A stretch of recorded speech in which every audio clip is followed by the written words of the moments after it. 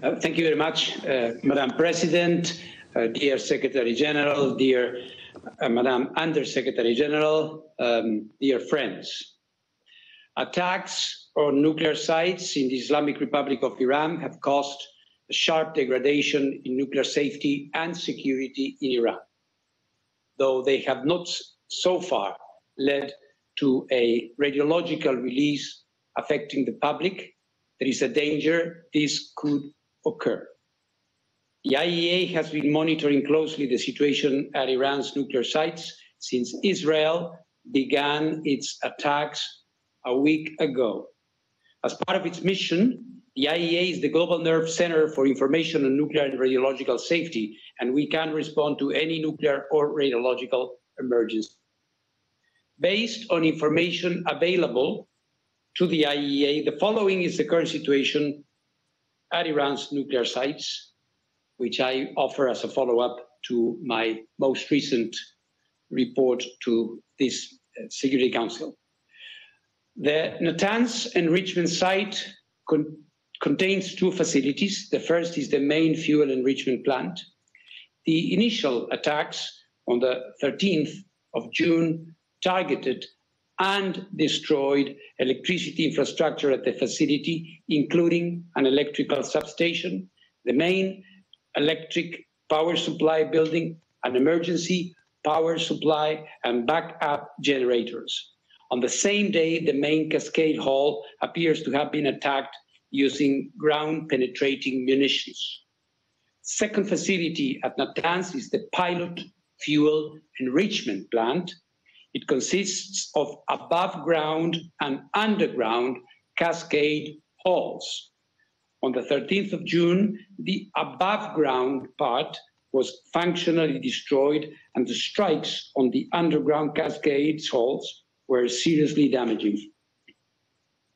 The level of radioactivity outside the Natanz site has remained unchanged and at normal levels, indicating no external radiological impact on the population or the environment there. However, within the Natanz facility, there is both radiological and chemical contamination. It is possible that uranium isotopes contained in uranium hexafluoride, uranyl fluoride, and hydrogen fluoride are dispersed inside the facility. The radiation, primarily consisting of alpha particles, poses a significant danger if inhaled or digested. This risk can be effectively managed with appropriate protective measures, such as using respiratory devices. The main concern inside the facility is chemical toxicity. Fordow is Iran's main enrichment location for enriching uranium at 60%. The agency is not aware of any damage at Fordow at this time. At the Esfahan nuclear site, 4 buildings were damaged in last Friday's attack. The Central Chemical Laboratory, a uranium conversion plant, the Tehran reactor fuel manufacturing plant, and the enriched uranium metal processing facility, which was under construction. No increase of off-site radiation levels was reported. In Natanz, the main concern here is chemical toxicity. The Condab heavy water research reactor under construction in Arak was hit on the 19th of June. As the reactor was not operational and it did not contain any nuclear material, no radiological consequence is expected. The nearby heavy water production plant is also assessed to have been hit. And similarly, no radiological consequence is expected. As stated in the IAEA's update of 18th June, at the Tehran Research Center, 1 building where advanced centrifuge rotors were manufactured and tested was hit. At the Karaj workshop, 2 buildings where different centrifuge components were manufactured were destroyed. There was no radiological impact internally or externally. Let me now refer to the Bushehr nuclear power plant. This is the nuclear site in Iran where the consequences of an attack could be most serious. It is an operating nuclear power plant, and as such, it hosts thousands of kilograms of nuclear material. Countries of the region have reached out directly to me over the past few hours to express their concerns, and I want to make it absolutely and completely clear. In case of an attack on the Bushehr nuclear power plant, a direct hit would result in a very high release of radioactivity to the environment.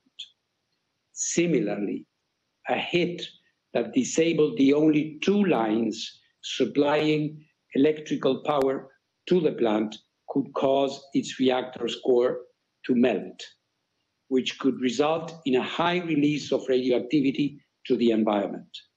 In the worst case, both scenarios would necessitate protective actions, such as evacuations and sheltering of the population, or the need to take stable iodine with a reach extending to distances from a few to several hundred kilometers. Radiation monitoring would need to cover distances of several hundred kilometers, and food restrictions may need to be implemented. Any action against the Tehran nuclear research reactor could also have severe consequences, potentially for large areas of the city of Tehran and its inhabitants. In such a case, protective actions would need to be taken. I continue to provide public updates about the developments at all these sites and their possible health and environmental consequences. The agency is, as Madam Undersecretary had kindly reminded, is and will remain present in Iran, and inspections there will resume as required by Iran's safeguards obligations under its NPT safeguards agreement as soon as safety and security conditions allow. In this context, let me restate that the safety of our inspectors is of utmost importance. The host country has a responsibility in this regard, and we expect every effort to be made to ensure that their security and their communication lines with the IAEA headquarters will be maintained. As stated in my most recent report to the agency's Board of Governors, and based on inspections conducted at the relevant facilities since then, Iran's uranium stockpiles remain under safeguards in accordance with Iran's comprehensive safeguards agreement. You may recall that more than 400 kilograms of this stockpile is uranium enriched up to 60% of uranium-235.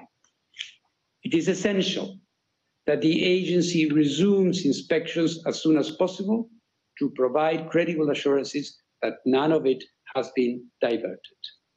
Importantly, any special measures by Iran to protect its nuclear material and equipment must be done in accordance with Iran's safeguards obligation and the agency. Therefore, it is of paramount importance that the agency's inspectors are allowed to verify that all relevant materials, especially those enriched to 60%, are accounted for. Beyond the potential radiological risks, attacks on such materials would make this effort, of course, more difficult. Madam President, the IAEA has consistently underlined, as stated in its General Conference resolutions, that armed attacks on nuclear facilities should never take place and could result in radioactive releases with grave consequences within and beyond the boundaries of the state which has been attacked. I therefore, again, call on maximum restraint. Military escalation threatens lives and delays indispensable work towards a diplomatic solution for the long-term assurance that Iran does not acquire a nuclear weapon. Madam President, the presence Support, analysis and inspections of technical experts are crucial to mitigating risks to nuclear safety and security. That is true during peacetime and even more so during military conflict.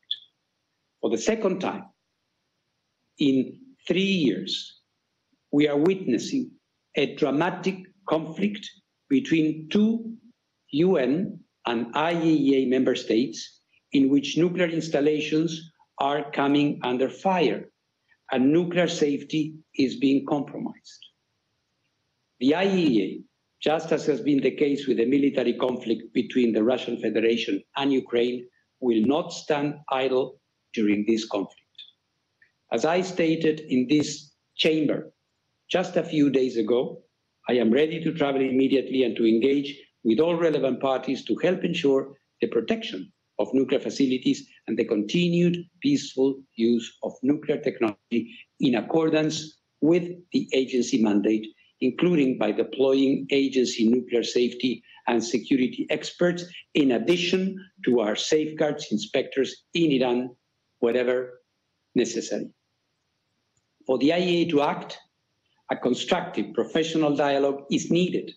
I urge the members of this council to support us in making it happen sooner rather than later.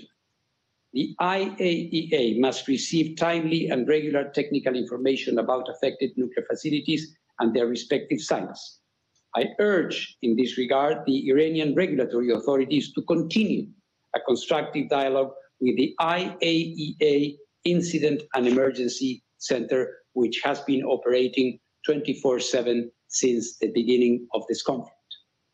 Nuclear facilities and material must not be shrouded by the fog of war.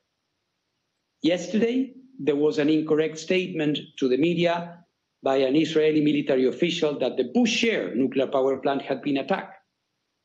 Though the mistake was quickly identified and the statement retracted, the situation underscored the vital need for clear and accurate communication, and the agency's unique role in providing it in a technically accurate and politically impartial way is obvious. Let me conclude by assuring the international community of the IAEA's continued support at this very grave time. A diplomatic solution is within reach if the necessary political will is there. Elements for an agreement have been discussed. The IAEA can guarantee through a watertight inspection system that nuclear weapons will not be developed in Iran. They can form the basis of a long-standing agreement that brings peace and avoids a nuclear crisis in the Middle East. This opportunity should not be missed. The alternative would be a protracted conflict and a looming threat of nuclear proliferation that, while emanating from the Middle East, would effectively erode the NPT and the non-proliferation regime as a whole. Thank you very much. I thank Mr.